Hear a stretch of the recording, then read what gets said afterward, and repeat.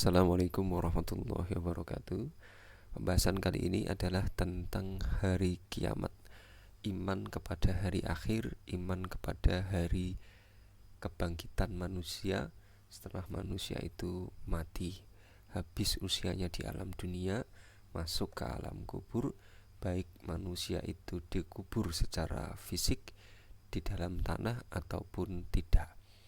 Yang jelas manusia sudah meninggalkan alam dunia, masuk ke alam kubur. Nah, setelah alam kubur itu ada nanti alam kebangkitan, atau kita kenal dengan hari kebangkitan, hari kiamah, ya, akhir semua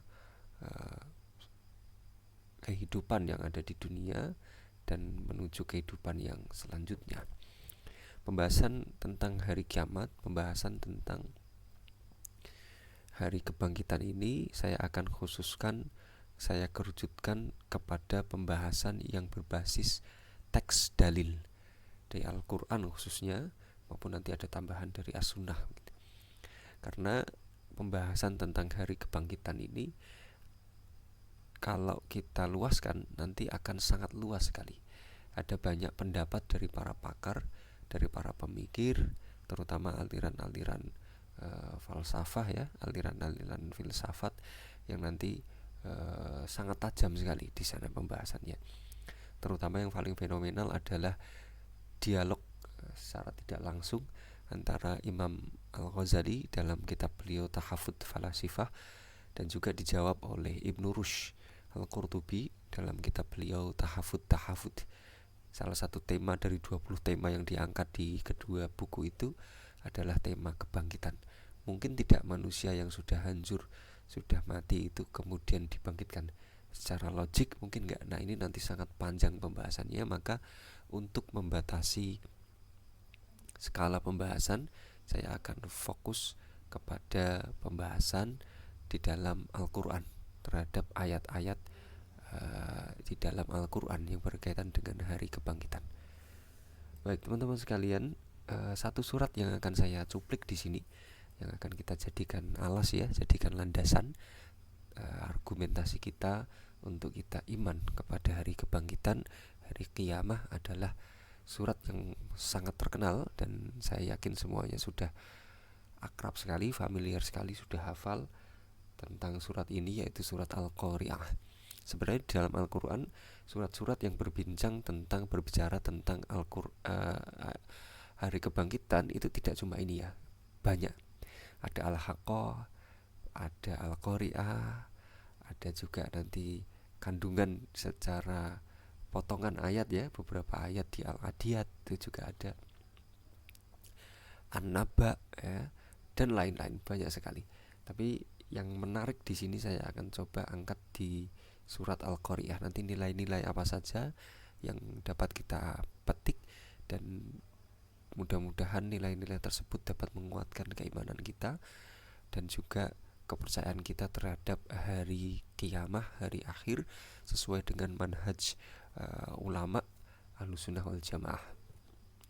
Baik teman-teman sekalian, yang pertama Al-Qari'ah, Mal-Qari'ah, wa ma adraka mal-Qari'ah, dan seterusnya sampai bawah. Saya akan coba kita akan coba bersama membedah satu-satu, ya, ayatnya di sini. Nah, ini identitas awalnya. Jadi Al-Qari'ah itu ada 11 ayat, turunnya sebelum Nabi hijrah ke Madinah. Surat ini adalah surat yang ke-30 dari sisi penurunan, ya. Kemudian Al-Qari'ah itu secara bahasa berarti mengetuk dengan keras. Kata Al-Qari'ah disebutkan 4 kali di dalam Al-Quran, 3 kali pada surat ini, 1 kali pada surat Al-Haqqah. Ini identitas awalnya saja. Kita akan masuk ke ayat pertama dan kedua, ya. Al-Qari'ah, Mal-Qari'ah. Al-Qari'ah, Mal-Qari'ah, artinya yang di bawah itu. Apakah Al-Qari'ah itu? Baik. Kata Al-Qari'ah itu terambil dari kata Qara'a. Qara'a itu artinya mengetuk, ya.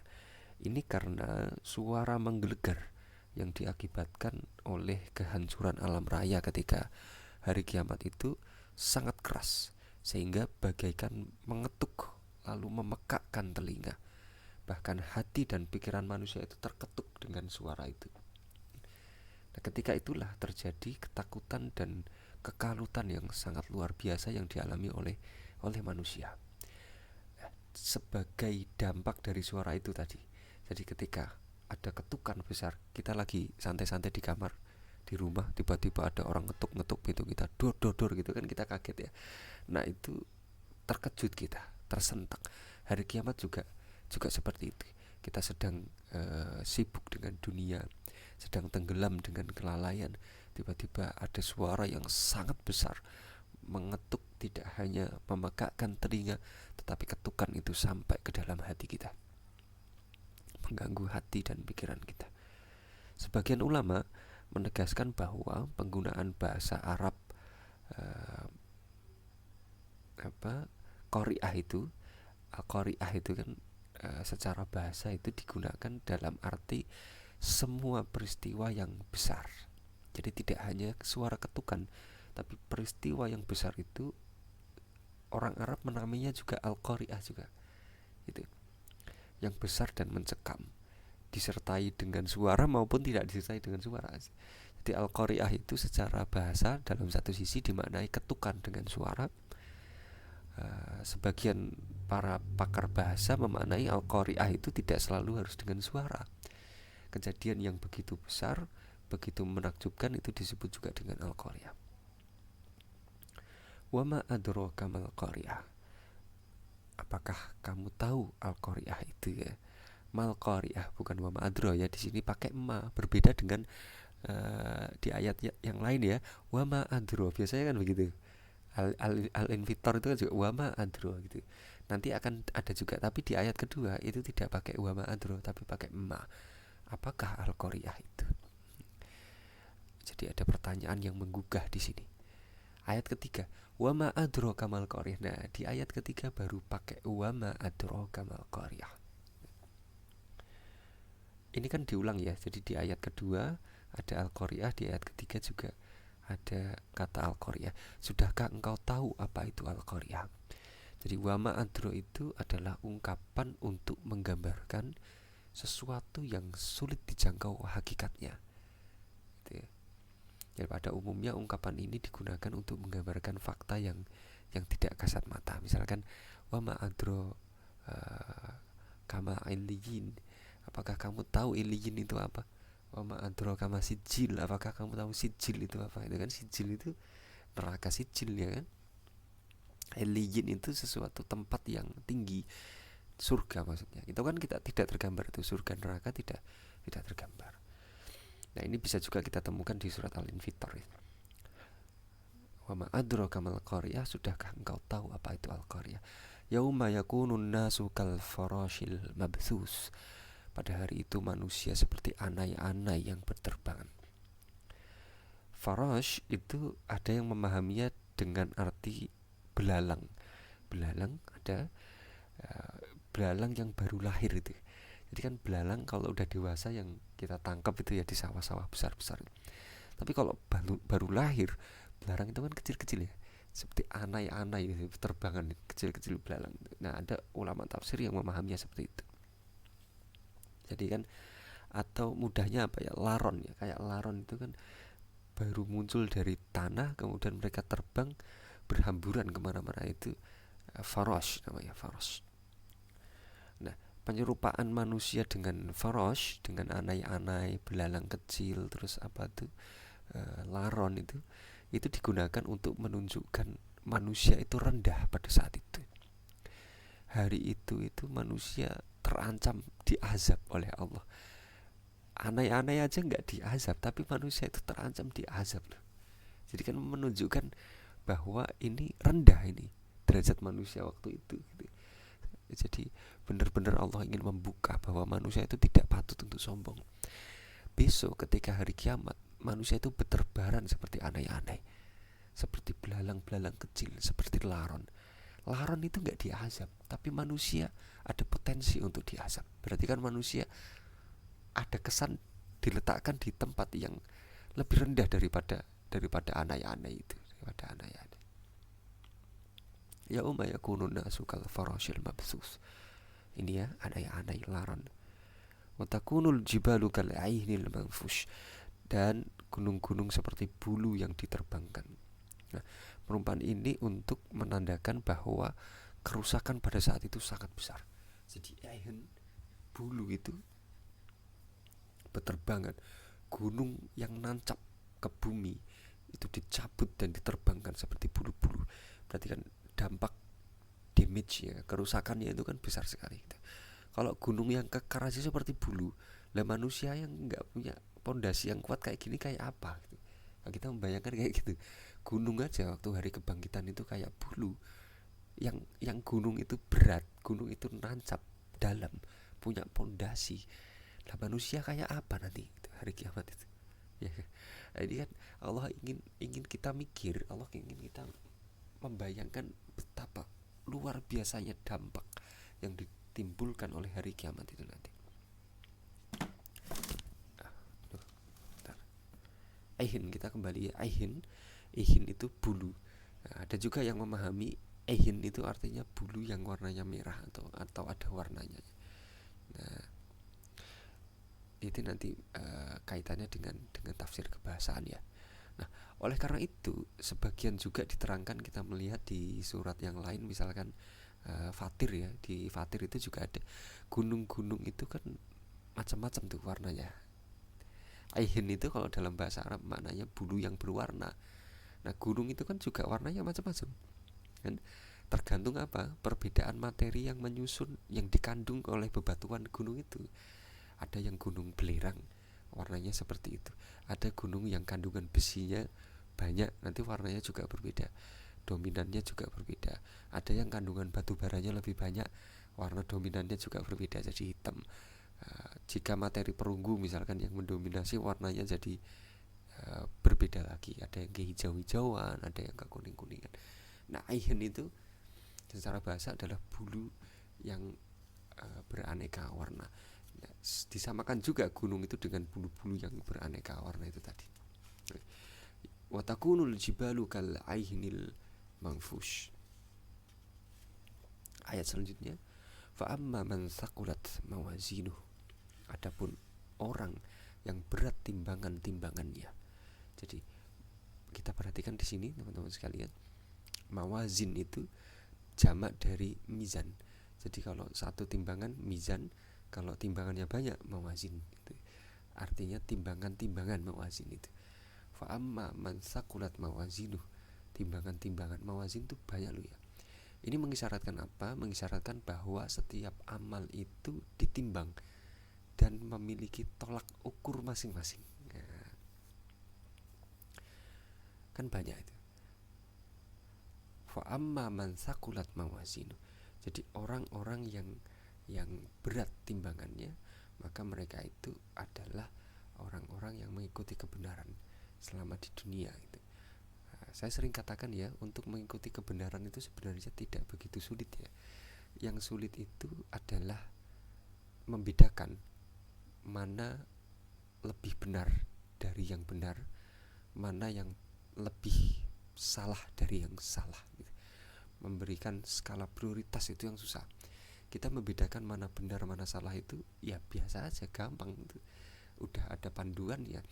Tapi untuk membedakan mana yang benar dari yang paling benar, mana yang salah dari yang paling salah, itu yang kadang-kadang kita tidak banyak memiliki kemampuan untuk itu gitu.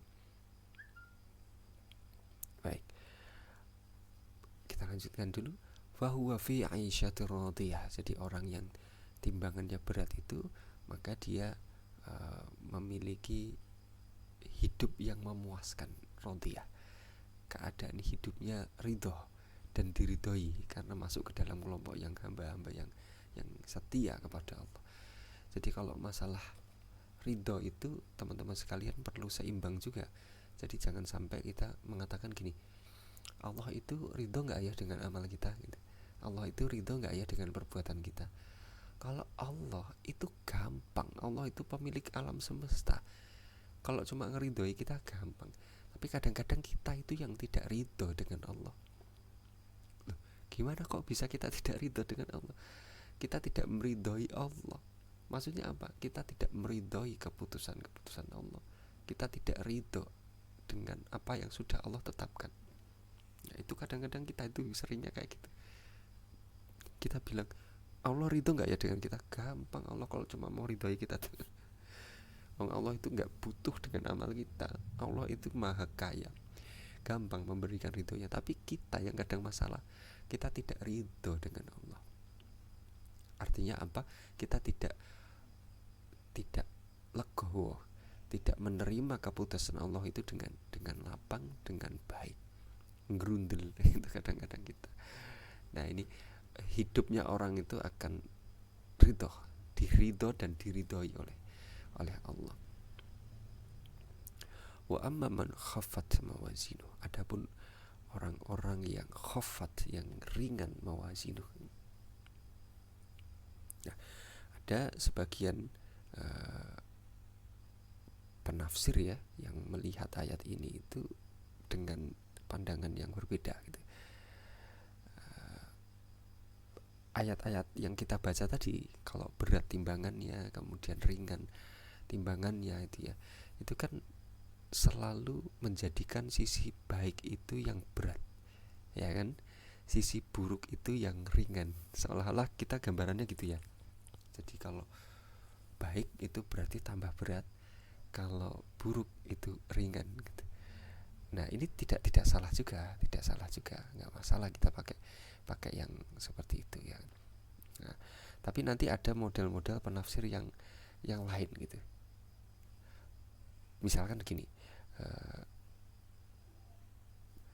nalar kita itu kan mengharuskan kita berkata begini, bahwa ada sesuatu sebagai tolak ukur yang digunakan untuk mengukur atau menimbang amal kita itu gitu.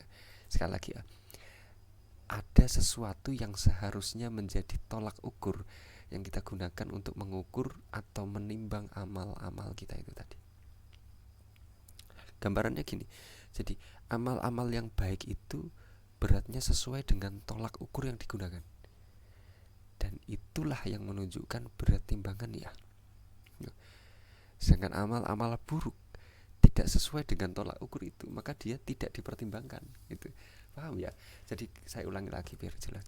Penafsiran yang umum kita kenal dari ayat-ayat yang kita baca ini, jadi di akhirat nanti ada timbangan. Kalau amalnya baik, timbangannya berat. Kalau amalnya buruk, timbangannya ringan. Oke, itu nggak masalah kita pakai penafsiran itu. Tapi nanti ada juga ulama yang menafsirkannya cara nimbangnya lain. Cara nimbangnya tolak ukur. Jadi mawazin itu tolak ukur. Misalkan gini, kalau kita mau mensortir beras misalkan. Beras 1 kilo itu kan di timbangan 2 itu ya, yang timbangan di pasar-pasar itu ya, sisi kanannya itu kan ada anak timbangan itu, pion-pionnya itu loh, besi yang dipakai untuk nimbang. Oh, ini sekilo besinya segini, 1 on besinya ini, setengah kilo besinya yang ini. Itu kan ada tolak ukurnya ya gitu. Nah, untuk masuk ke surga, keridhoannya Allah, itu ada tolak ukurnya. Jadi misal sholat yang ditimbang, maka nanti Allah akan meletakkan seharusnya sholat itu standarnya sekian gitu. Kemudian datanglah kita membawa sholat kita.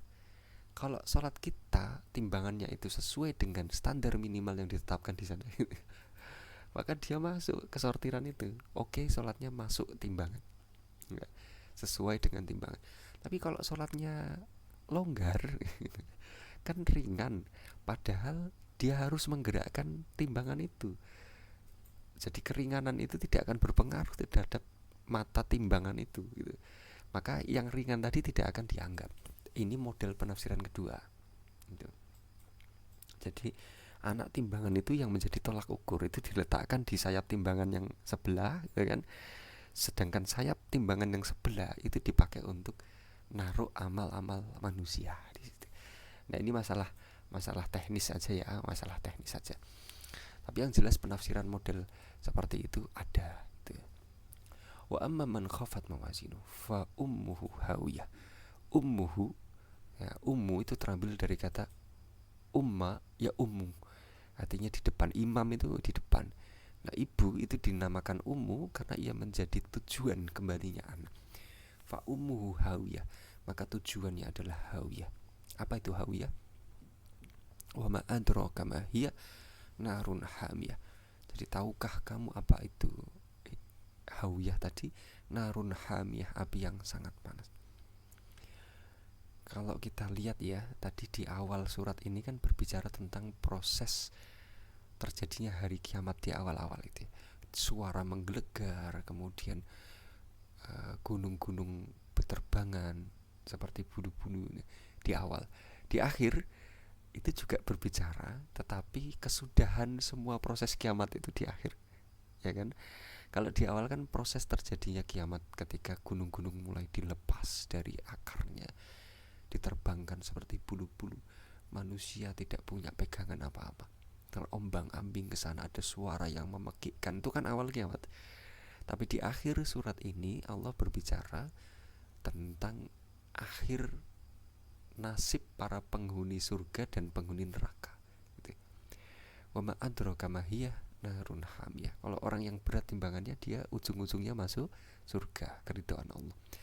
Orang yang sedikit timbangannya, ringan, maka dia masuk ke dalam hamiyah, narun hamiyah, api yang sangat panas. Maka awal surat ini bertemu dengan akhir surat ini. Wallahu a'lam bishawab.